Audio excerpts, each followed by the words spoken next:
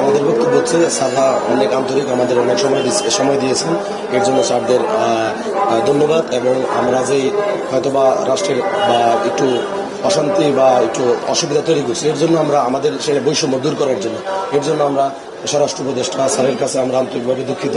এবং আমরা স্যার আমাদের যথেষ্ট, আমাদের রেশপথা বাতিল ঘোষণা করছে এবং স্যার আমাদের পরবর্তী যে কার্যক্রম জাতীয়করণের ক্ষেত্রে আমাদের যে দাবি, আমাদের এক দাবি যে জাতীয়করণের ক্ষেত্রে আমাদের উচ্চতর একটা মন্ত্রী পরিষদ থেকে একটা কমিটি দেওয়া হয়েছে, এর মধ্যে আমরা 4 জন আনসার সমন্বয়ক আছি এবং এই 7 কর্মদিবসের মধ্যে মন্ত্রণালয়কে এটার একটা পর্যবেক্ষণ বা একটা সুপারিশ আমরা দেব।